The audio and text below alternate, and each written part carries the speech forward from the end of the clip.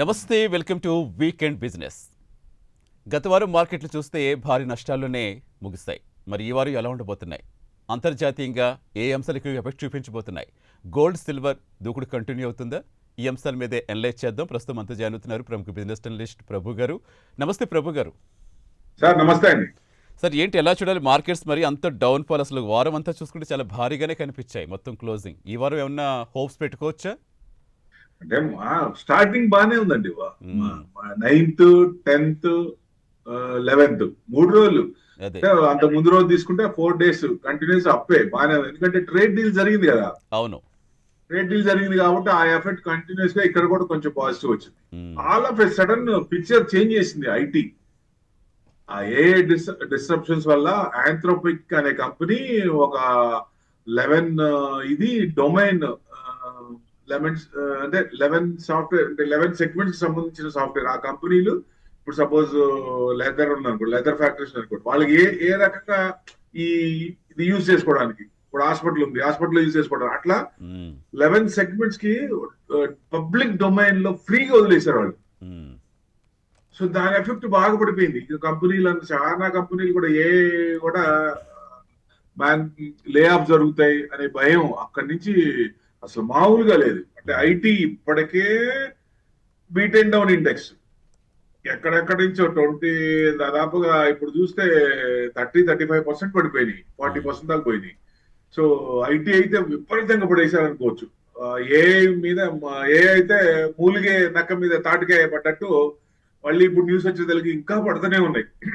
ఇంకా ఎంతవరకు ఉంటాయి అనేది ఎంత ఉంటుంది అంటే కొంచెం వాసన, స్లైట్ గా కొంచెం వాసన ఉంది. ఆ వాసన ఏదంటే నెక్స్ట్ వీక్ వచ్చేటప్పుడు అప్పుడు మాట్లాడదాం.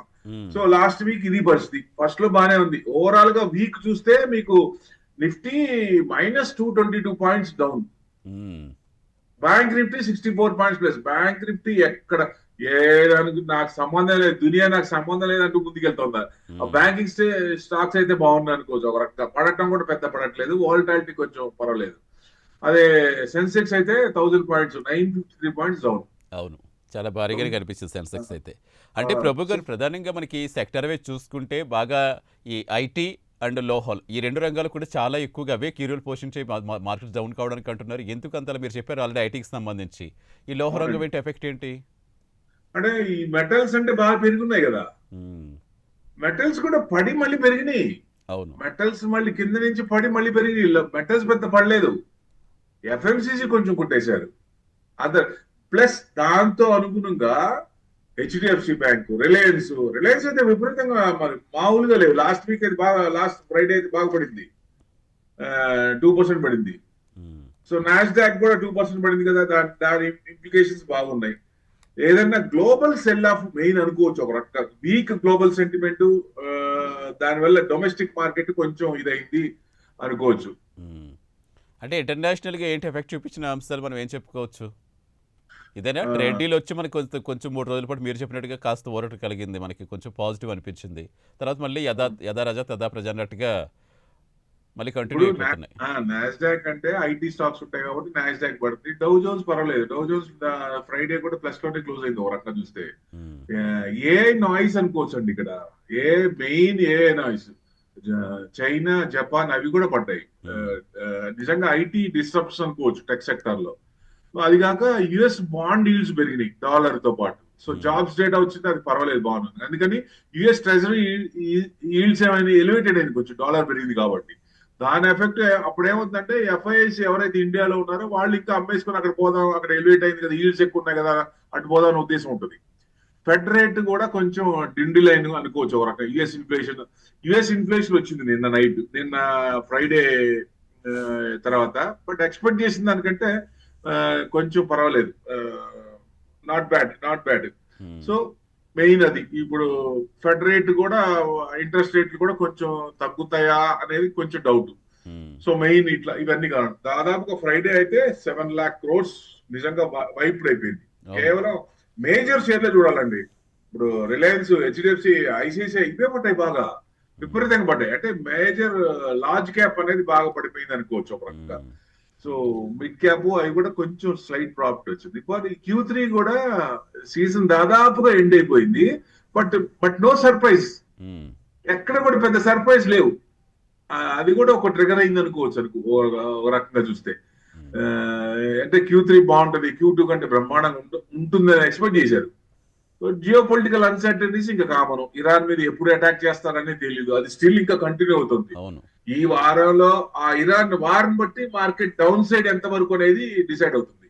లేదు ఈ వారం ఏం లేదు, ఈ వారంలో ఏం లేదు అన్నప్పుడు ఇక్కడి నుంచి పడింది కొంచెం యూటర్న్ తీసుకుంటుందా లేదా అనేది ఇంపార్టెంట్ అన్నమాట.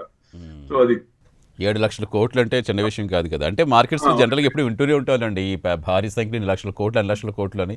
ఇమీడియట్గా పుంజుకోవడం ఇవన్నీ కూడా మనకి కంటిన్యూ కనిపించేది. ఇప్పుడు ఏమైనా పుంజుకునే అవకాశం కనిపిస్తోందా అన్ని లక్షల ఇది కోట్లు? వెల్త్ క్రియేషన్ ఫేస్ అండి. Um, this is the right time, this is the right time for everyone.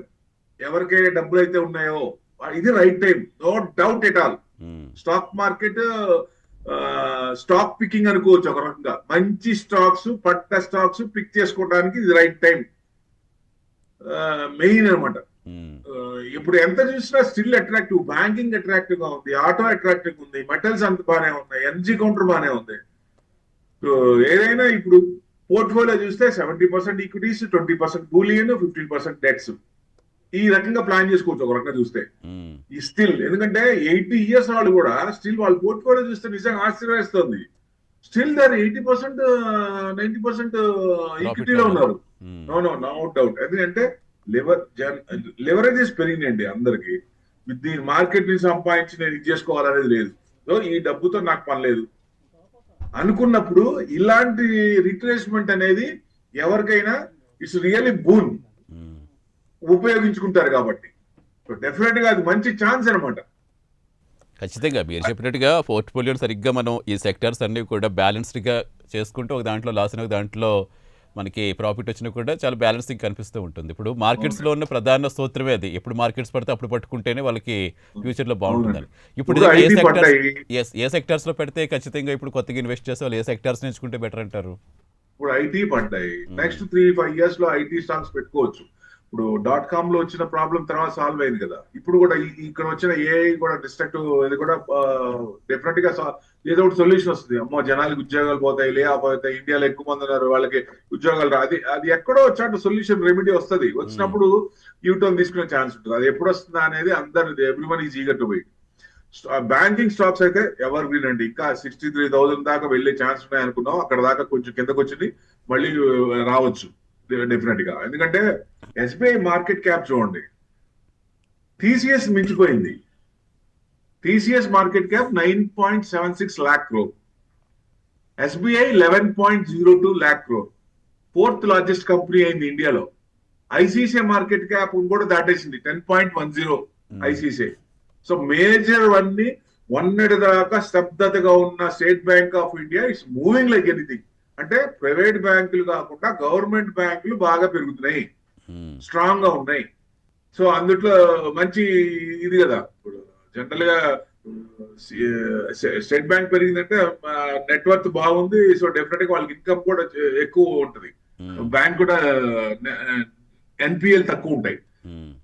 కాకపోతే మన ఐటీలో south base company Infosys, TCS south base company.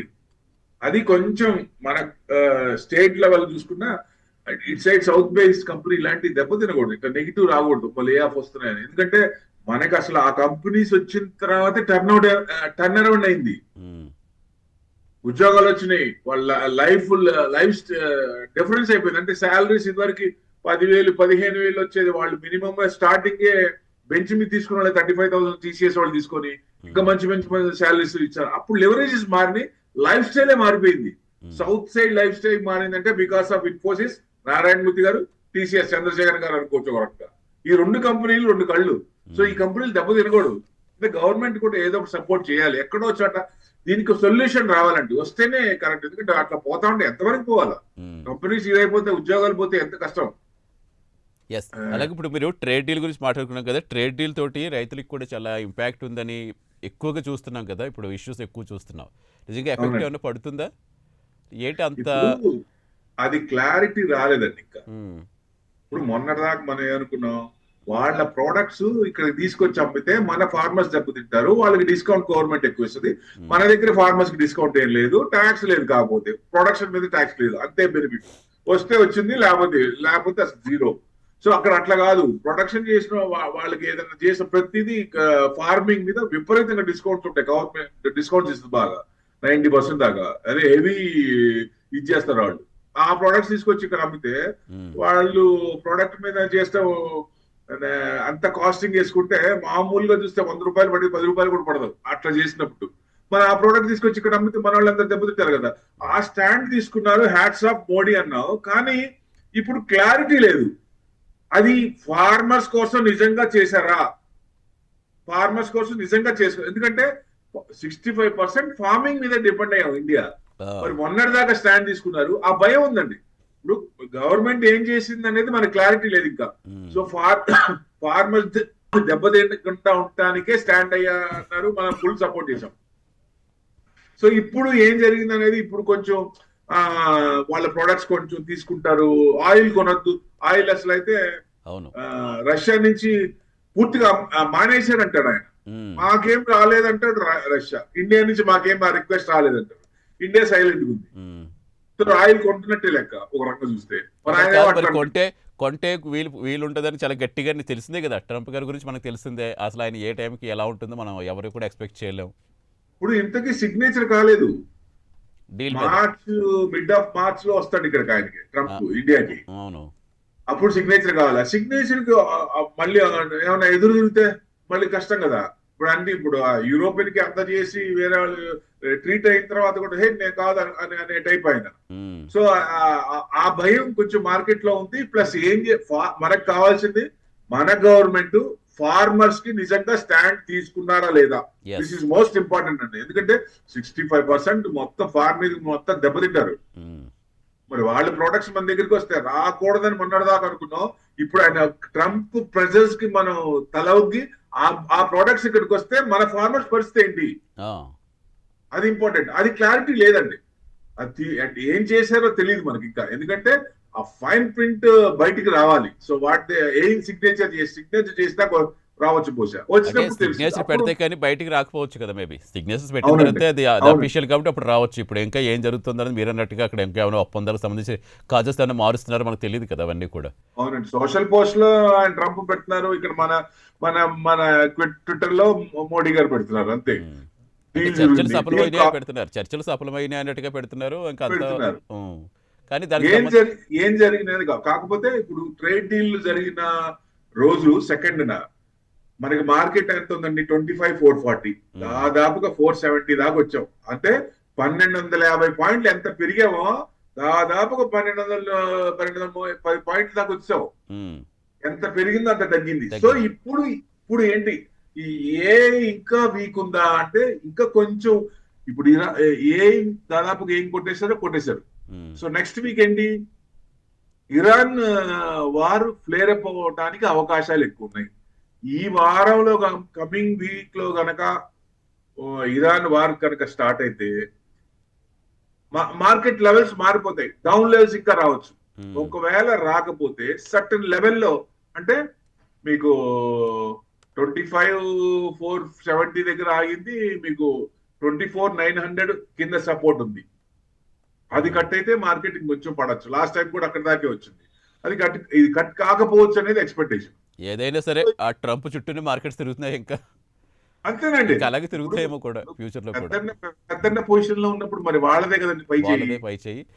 At the same time ఎందుకంటే ట్రేడ్ డీల్ అనుకున్నాం, ట్రేడ్ డీల్ ఏమైనా success అయితే మన markets పుంజుకుంటాయి అనుకున్నాం. సరే మీరు అనుకున్నట్టుగానే జరిగింది. మళ్ళీ ఏ ఇంపాక్ట్ తోటి మళ్ళీ పడటం చూస్తున్నాం. మళ్ళీ ఇరాన్ వార్కి సంబంధించి ఆయన ఎప్పుడు ఎలా చేస్తారో అందరికీ తెలిసిందే.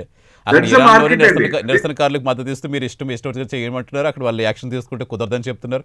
ఇంక తెలిసిందే కదా, ప్రతి రోజుకి ఒకటి కింద అలాగ ఉంటూనే ఉంటుంది. అట్ ద సేమ్ టైం ఇక్కడ మాట్లాడుకోవాల్సింది ప్రభు గారు ఈ గోల్డ్ సిల్వర్ గురించి. మనకి ఎక్కువగా ఇంట్రెస్ట్ ఉండేది అదే కాబట్టి చూద్దాం సార్, లెవెల్ చూద్దాం. Okay right.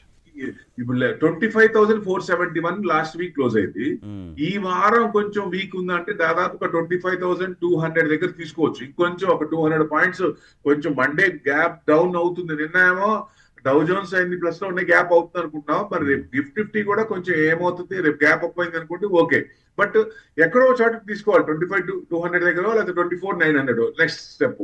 సో ఈ లెవెల్లో ఎక్కడో చోట ఆగే ఛాన్స్ ఉంటుంది. అదే కనుక ఈ వారు కనుక వస్తే ఇంకో కొంచెం 25 డ్యామ్ షూర్ కట్ అయిపోయి 24,900 దాకా వస్తుందా అంటే ఆ లెవెల్ వరకు రావచ్చు. అది వారు లేదు అంటే ఈ లెవెల్ కనుక పైన ఉందనుకోండి, డెఫినెట్ గా మళ్ళీ 26,000 దాకా టచ్ అయ్యాం, దాదాపు అక్కడ దాకా వెళ్ళి మళ్ళీ వెనక్కి వచ్చాం.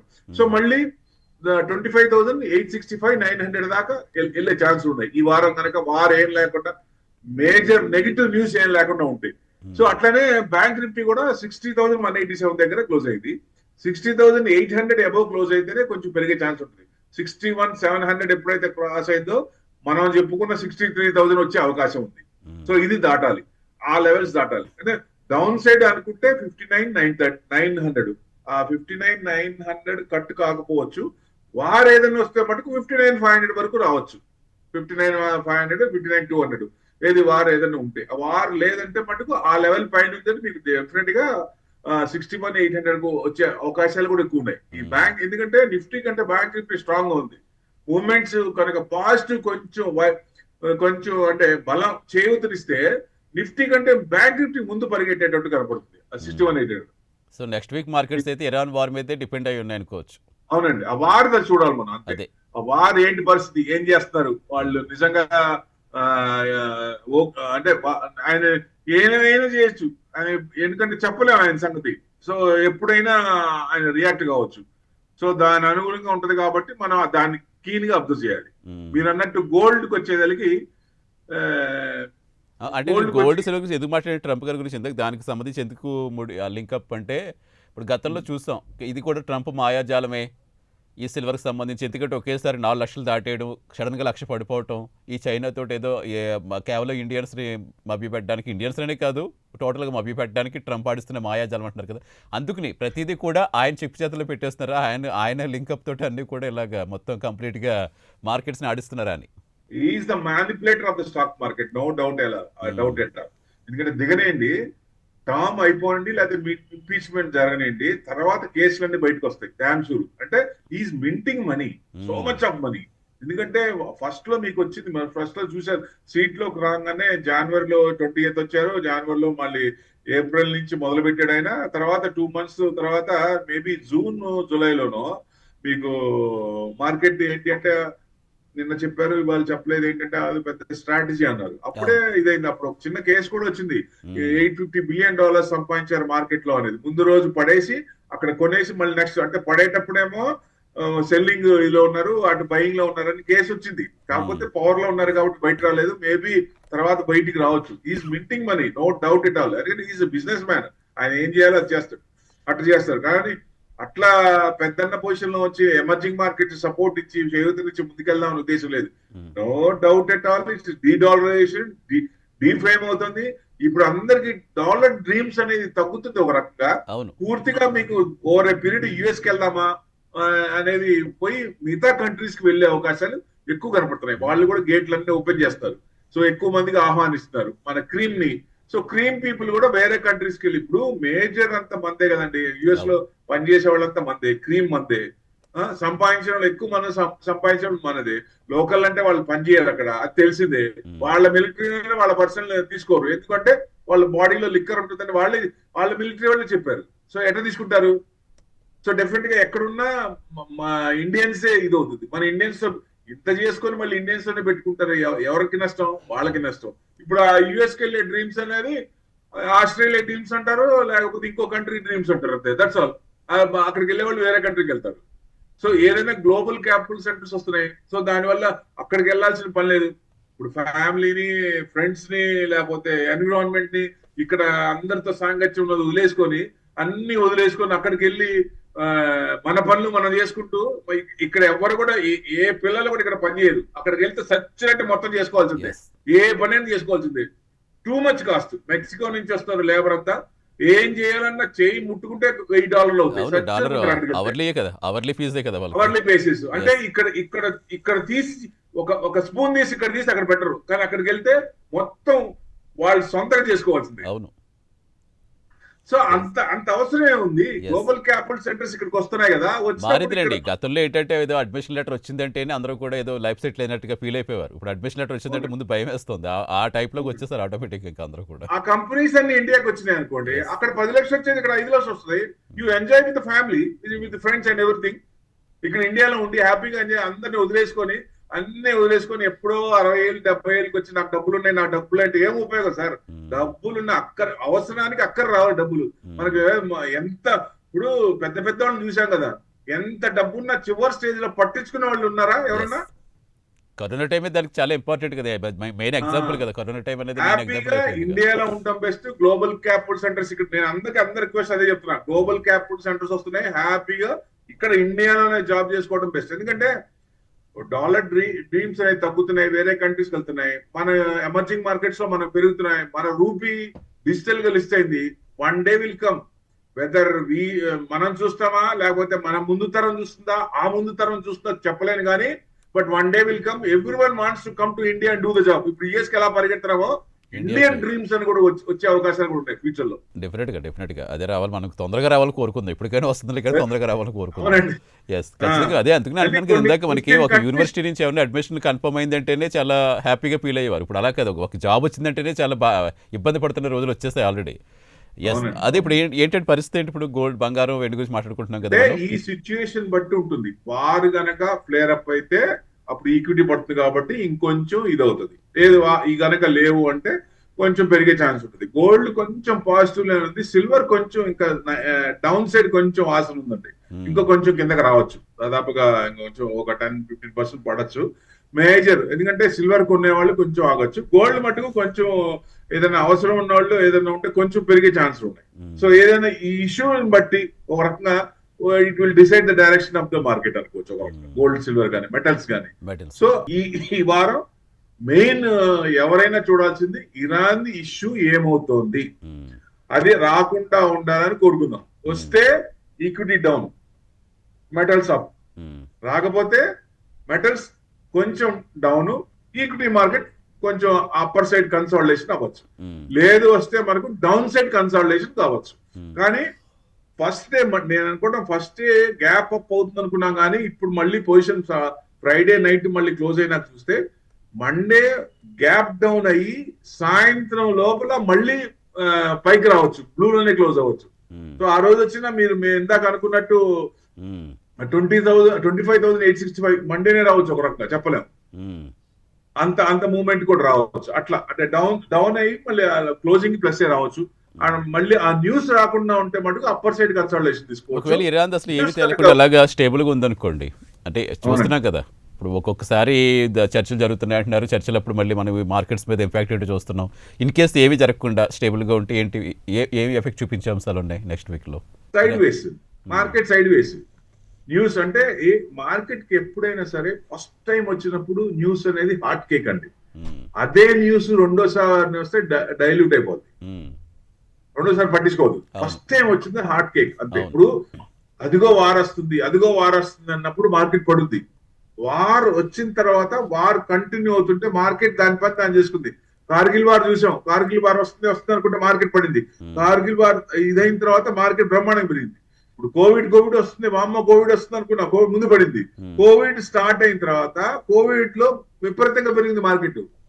సో అంతే, ఎప్పుడైనా అంతే. ఇప్పుడు న్యూస్ డ్రివెన్ మార్కెట్ కాబట్టి నెగిటివ్ గా న్యూస్ వస్తాయి. అందుకనే ఇన్వెస్టర్స్ కి ఎప్పుడు కూడా కొంత డబ్బు క్యాష్ అనేది కొంచెం రెడీగా పెట్టుకుంటే, అవైలబుల్ గా పెట్టుకుంటే, ఇలాంటి ఆపత్కాలంలో ఏదైనా వచ్చినప్పుడు ఈక్విటీ మార్కెట్ కింద పడినప్పుడు immediately if they catch it, definite గా మామూలుగా వచ్చే రిటర్న్స్ కంటే ఎక్కువ వచ్చే అవకాశాలు ఉంటాయి. ఏదైతే నామినేటెడ్ స్టాక్స్ ఉన్నాయో ఇన్ కేసు డౌన్ ఫాల్ వస్తే ఇమీడియట్ గా క్యాచ్ చేస్తే వాళ్ళకి బెటర్ ఉంటుంది. అవునండి. అంటే మెయిన్గా ఇప్పుడు వేరే సెక్టర్స్ గురించి మాట్లాడుకుంటే ఇంక మిగిలిన సెక్టర్స్ ఏ విధంగా ఉండబోతున్నాయి అనుకోవచ్చు?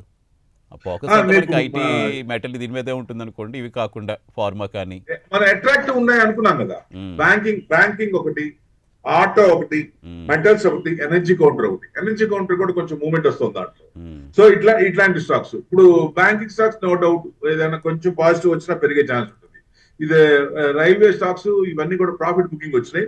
సో మళ్ళీ ఆ ప్రాఫిట్ బుకింగ్ తగ్గి మళ్ళీ బయింగ్ వస్తుందా ఇక్కడ నుంచి, అంటే ఒక కార్నర్ ఉంది కదా, కొంచెం ఏదైనా వస్తుందా ఛాన్స్, ఇంకొక స్టెప్ ఏమైనా డౌన్ దా అని చూస్తారు కాబట్టి ఆ సెక్టర్ లో కొంచెం డిఫెన్స్ కానీ మన రైల్వేస్ కానీ కొంచెం ఆగుతాయి. సో నెక్స్ట్ ఆ క్లారిటీ వచ్చినప్పుడు వాటిల్లో కూడా కొంచెం బయింగ్ వచ్చే అవకాశాలు ఉంటాయి. అంటే జనరల్గా మార్కెట్స్ అంటేనే ఏసీడీసీలా ఉంటుంది, ఎప్పుడు లేపేస్తుంది ఎప్పుడు పడివేస్తుంది అన్న చెప్పలేం. ఇది ఈ ఐడియాలజీతో ఉంటారు అంత చాలా మంది. అంటే అలాగే అవునండి. సేఫ్ స్టాక్స్ అంటే ఏం చెప్పుకోవచ్చు ప్రభు గారు? ఏమంటారు? సేఫ్ స్టాక్స్ అంటే మనకి కొంచెం పెట్టినా మనకేం పర్వాలేదు, మరీ ఎక్కువ కాకపోయినా మరీ తక్కువ కాకపోయినా ఒక స్టేబుల్గా వెళ్తాయి అనే స్టాక్స్ అసలు ఏముంటాయి మనకి అంటే ఇప్పుడు స్టాక్స్? జనరల్ గా అప్పుడు లార్జ్ క్యాప్స్ అనుకోండి, ఇంట్రెస్ట్ కంటే కొంచెం వర్కౌట్ అవుతుంది. పడేటప్పుడు కొంచెం పడినా, పెరిగేటప్పుడు టక్ టక్ తొందరగా పెరుగుతాయి. సో మెయిన్ ఎవరైనా ఏంటంటే నాకు బ్యాంక్ అంటే కొంచెం ఇంట్రెస్ట్ రావాలి అనుకున్నప్పుడు లార్జ్ క్యాప్స్ లో ఇన్వెస్ట్మెంట్ ఎక్కువ అమౌంట్ అవుతుంది, షేర్లు తక్కువ వస్తాయి. అలాంటి వాటిలో కొంచెం సేఫ్ ఉంటుంది. సో మామూలుగా ఈ రిస్క్ తీసుకునే వాళ్ళకి ఏంటంటే మిడ్ అండ్ స్మాల్ క్యాప్, ఎప్పుడైనా డబ్బులు రావాలంటే మిడ్ అండ్ స్మాల్ క్యాపే కరెక్ట్. అది మనకి టైం ఇవ్వాలి, ఆ స్టాక్స్ కి టైం ఇవ్వాలి. సో మేజర్ ఇప్పుడు సోలార్ ఉంది, ఈవీస్ ఉంది, చిప్ మ్యానుఫ్యాక్చరింగ్ ఉన్నాయి, ఇట్లా ఫ్యూచర్ కంపెనీస్. ఇప్పుడు డిమాట్ అకౌంట్స్ ఉన్నాయి, డిమాట్ సంబంధించిన ఉన్నాయి, క్యామ్స్ ఉంది, ఎన్ఎస్డిఎల్, సిడిఎస్ఎల్, ఎన్ఎస్సి, బిఎస్సి ఇవన్నీ ఉన్నాయి కదా. ఎన్ఎస్సి ఇంకా రాలేదు, వస్తుంది, అది తొందరలోనే ఎన్ఎస్సి కూడా లిస్ట్ అయ్యే అవకాశాలు ఉన్నాయి. సో అట్లా ఇలాంటి స్టాక్స్ అన్ని బాగా పడినప్పుడు మహద్భాగ్యం, ఎవరైనా సరే దాన్ని ఉపయోగించుకోవాలి. ఇప్పుడు ఇన్స్టెంట్ గా డబ్బులు రావాలి, నాకు ఇవాళ రావాలి అనే ఇది కాకుండా కొంచెం లాంగ్ టర్మ్ పెట్టుకుంటే డెఫినెట్ గా వస్తాయి. ప్లస్ ఇంకోటి ఏంటంటే April 1 నుంచి ఎస్టిటి ఆప్షన్స్ లో పెంచుతున్నారు, విపరీతంగా పెరుగుతోంది ఛార్జెస్. అందుకని ఏం చేస్తారు, ఎవరైతే ట్రేడింగ్ చేసే వాళ్ళు April 1 నుంచి ఈక్విటీకి ట్రేడింగ్ వస్తారు. సో నేను అనేది ఏంటంటే మీరు ట్రేడింగ్ చేయండి, స్వింగ్ ట్రేడ్ చేయండి. ఆ రోజుకి ఆ రోజు అనుకోకుండా స్వింగ్ ట్రేడింగ్ చేసుకుంటే ఏమంటే 2-3 రోజుల్లో వచ్చేసినప్పుడు బాగా బ్రేక్అవుట్ అయినప్పుడు కానీ, న్యూస్ కానీ ఇట్లాంటివి ఉంటాయి. ఆ స్వింగ్ ట్రేడ్ లో పెట్టినప్పుడు జనరల్ గా మంచి ప్రాఫిట్ వస్తాయి. అంటే ట్రేడింగ్ లో కాకుండా ఇన్వెస్ట్మెంట్ యాంగిల్ లోనే రాండి దయచేసి. ఇప్పుడు గవర్నమెంట్ తీసుకున్న పాలసీ కూడా అదే. ఇప్పుడు చార్జెస్ పెంచితే బలవంతంగా ఈక్విటీకి వస్తారని, అంటే ఒక రకంగా మన గవర్నమెంట్ ని అనలేం కానీ, మీరు నిజంగా మంచి ఆలోచన అయితే ఛార్జెస్ పెంచాల్సినది మార్జిన్స్ పెంచితే బ్రహ్మాండం ఉండేది. మార్జిన్ పెంచి ఇప్పుడు 100 రూపాయలు ఉంది, 100 రూపాయలు కొనుక్కుందాం అనుకుంటాం, అక్కడికి వెళ్తే 1000 రూపాయలు ఉంది అనుకోండి, టచ్ చేస్తామా? దానికెళ్ళి చూడడం కూడా చూడం. సో అట్లాగే ఛార్జెస్ 1000 రూపాయలు అవుతున్నాయి అన్నప్పుడు 10,000 అయింది అనుకుంటారు ఛార్జెస్, మార్జిన్స్ డెఫినెట్ గా పట్టుకోరు. మార్జిన్స్ పెంచేసి ఉంటే బ్రహ్మాండం ఉండేది. ఎందుకంటే గవర్నమెంట్ కి ట్యాక్స్ కావాలి, మళ్ళీ వీళ్ళు దెబ్బతినకూడదు అంటారు, మళ్ళీ ట్రేడింగ్ చేయాలి, అన్నీ ఉంటాయి. ఇప్పుడు జిఎస్టీ స్లాబ్స్ తగ్గించిన తర్వాత 2 స్లాబ్స్ లో తీసుకొచ్చిన తర్వాత ఎఫ్ఎంసీజీ నిజంగా ఇంపాక్ట్ కనిపించిందంటారా? జిఎస్టీనా తగ్గించిన తర్వాత 2 స్లాబ్స్ తీసుకొచ్చిన తర్వాత కొనుగోలు శక్తి పెరుగుతుంది కాబట్టి ఆటోమేటిక్ గా రొటేషన్ బాగుతుందని అంచనాలు వేసుకున్నాను. అంటే ఎఫ్ఎంసీజీ లో వచ్చింది కానీ అంత ఎక్స్పెక్ట్ చేసినంత రాలేదు. ఆటోలో వచ్చింది బాగా, ఆటో సెక్టర్ బాగా రీజిక్ అయిన తర్వాత అవి బాగా సపోర్ట్ చేసినాయి. ఎందుకంటే డబ్బులు మిగులుతాయి కాబట్టి ఎక్కువ రొటేషన్ అయింది. ఆటో సెక్టర్ ఇంకా స్ట్రాంగ్ గానే ఉంది, సేల్స్ కూడా బాగానే అవుతుంది. ప్లస్ ఇప్పుడు కూడా బయట నుంచి కార్లు తెచ్చుకుంటున్నాం యూరోపియన్ నుంచి, అది కూడా 20-25 lakhs అబోవ్ కార్లే, బిలో లాక్స్ అమ్మటానికి లేదు. 20 లక్షల లోపు అమ్మటానికి కార్ లేదు. మన మారుతి కానీ మన కంపెనీలే అమ్మాలి ఆ కార్లు, అమ్మటానికి పై అండ్ హయ్యర్ ఎండ్ కార్లే అమ్మాలి వాళ్ళు. సో అట్లా కొన్ని కండిషన్స్ ఉన్నాయి కాబట్టి మన ఆటో సెక్టర్ ఇంకా స్ట్రాంగ్ గానే ఉన్నట్లు లెక్క. ఒక రీజిక్ చేసిన తర్వాత ఎఫ్ఎంసీజీ ఇంకా డౌనే ఉందండి, ఇంకా వీక్ గానే ఉంది. అంటే మిడిల్ క్లాస్ వాళ్ళకి శాలరీస్ పెరగట్లేదు, మనీ రొటేషన్ కావట్లేదు, ఎక్కువ బ్లాక్ అయిపోతుంది మనీ, ఎందుకంటే అన్ని పెరిగిపోతున్నాయి కానీ శాలరీ పెరగట్లా. సో నెస్లే సిఇఓ అదే చెప్పారు ఆయన. ఇప్పుడు మిడిల్ క్లాస్ లో ఎక్కువ రొటేషన్ కావట్లేదు, ఇంకా బయింగ్ తగ్గుతోంది, బయింగ్ పవర్ తగ్గుతోంది. ఆ బయింగ్ పవర్ పెరిగినప్పుడే మళ్ళీ వస్తాయి. అంటే ఏంటి, మార్కెట్ లో బూస్ట్ అవ్వాలి, మనీ రొటేట్ కావాలి. మనీ రొటేట్ కావాలంటే శాలరీస్ పెరగాలి. శాలరీస్ పెరిగినంటే అప్పుడు కొంచెం కొత్త వస్తువులు కానీ అవి కానీ కొనుక్కునే ఇదవుతాయి. ట్యాక్స్ తగ్గాలి, ట్యాక్స్ తగ్గితే డబ్బులు మిగిలిపోతాయి. పెట్రోలియం పెరిగినప్పుడు తెగ పెంచేస్తున్నాం, తగ్గినప్పుడు 1 రూపాయి కూడా తగ్గించట్లా. మరి మంత్ పెట్రోల్ 100 రూపాయలు మన దగ్గర 1 లీటరు, బయట ఎంత ఉందండి? 60 రూపాయలు లేదు, 40 రూపాయలు కంట్రీస్ కూడా ఉన్నాయి. మరి వాళ్ళు అంత ట్యాక్స్ ఎందుకు? మనం కొనుక్కునేదేమో $35 రష్యా నుంచి కొనుక్కున్నాం అది ఎవరికి ఉపయోగం? సామాన్యుడి జేబులోకి వస్తుందా? ఎస్. మీరు ఆ $35 ఎవరికి ఇస్తున్నారు? మీరు అది తగ్గించినప్పుడు పెట్రోల్ 100% ఆటోమేటిక్గా రొటేషన్ అవుతుంది మనీ. జిఎస్టీనేమో పెంచేసి తర్వాత తగ్గించామంటే ఏం ఉపయోగం అండి ఇంకా? అంటే కట్టే దాంట్లో తగ్గింది కానీ ఒరిజినల్ గా మీరు తగ్గించలేదు. అదే మీరు పెట్రోల్ తగ్గినప్పుడు అది ఎంత తగ్గితే అంత పెరిగినప్పుడు ఎంత పెరిగితే అంత పెంచుతున్నారు కదా, తగ్గినప్పుడు అంత తగ్గితే అంత తగ్గించండి. సామాన్యుడి జేబులో డబ్బులు మిగిలిపోతాయి, ఆ డబ్బులు రొటేషన్ అవుతాయి మార్కెట్ లో. అది కదా ఇంపార్టెంట్. రైట్, ఖచ్చితంగా. ఎస్, ఫైనల్ గా సమయం అవుతుంది కాబట్టి ఫైనల్ గా ఏం చెప్తారు? జనరల్ గా ఈ ఇష్యూ మెయిన్ అది అబ్జర్వ్ చేయండి. ఇరాన్ యుఎస్ వారు అది కనుక ఫ్లేర్ అప్ అయితే మార్కెట్ సినారీ ఒక రకం ఉంటుంది, అంటే ఈక్విటీ తగ్గుతుంది, మెటల్స్ పెరుగుతాయి. అది కనుక లేకుండా ఉంటే కొంచెం కన్సల్టేషన్, అప్పర్ సైడ్ కన్సల్టేషన్, బాగా ఎక్కువ మూవ్మెంట్ లేదు, కొంచెం కన్సల్టేషన్ మోడ్ లోనే ఉండొచ్చు, సైడ్ వేస్ అన్నట్టుగా ఉండొచ్చు. అంటే ఎక్కువ ఎక్స్పెక్ట్ చేయలేము. అంటే మీ అనలైజ్ ప్రకారం ఏమనిపిస్తుంది? ఇరాన్ ఇష్యూ ఏమన్నా కంక్లూడ్ తీసుకొచ్చే పరిస్థితులు కనిపిస్తున్నాయి అనుకుంటున్నారా? ఇలాగే సాగదీస్తే ధోరణి కనిపిస్తుందా? అంటే మీకు లాంగ్ ఇది కూడా ఉండదండి. ఇష్యూ స్టార్ట్ అయినా ఆయన నేను యుద్ధాన్ని నేనే ఆపాను అని చెప్పుకోవడానికి అట్లా ఆన్ చేసి మళ్ళీ టాప్ చేసే ఆ టైప్ కూడా ఉంటుంది. అదే కదా, నేనే ఆపేశానని చెప్పుకోవడానికి మళ్ళీ. అవును, దానికోసమైనా చేస్తాడేమో అని కొంచెం ఇది ఉంది. చూద్దాం సార్, చూద్దాం ఏమవుతుందో. ఎస్, డెఫినెట్ గా ఇరాన్ ఇష్యూ తోటి మార్కెట్స్ మళ్ళీ ఎలా ఇంపాక్ట్ అవుతాయో కూడా చూద్దాం. రైట్, థ్యాంక్ యూ రఘువర్, thanks for analysing this weekend business. ఇది ఇవాళ వీకెండ్ బిజినెస్. నెక్స్ట్ వీక్ మళ్ళీ కలుద్దాం. నమస్తే.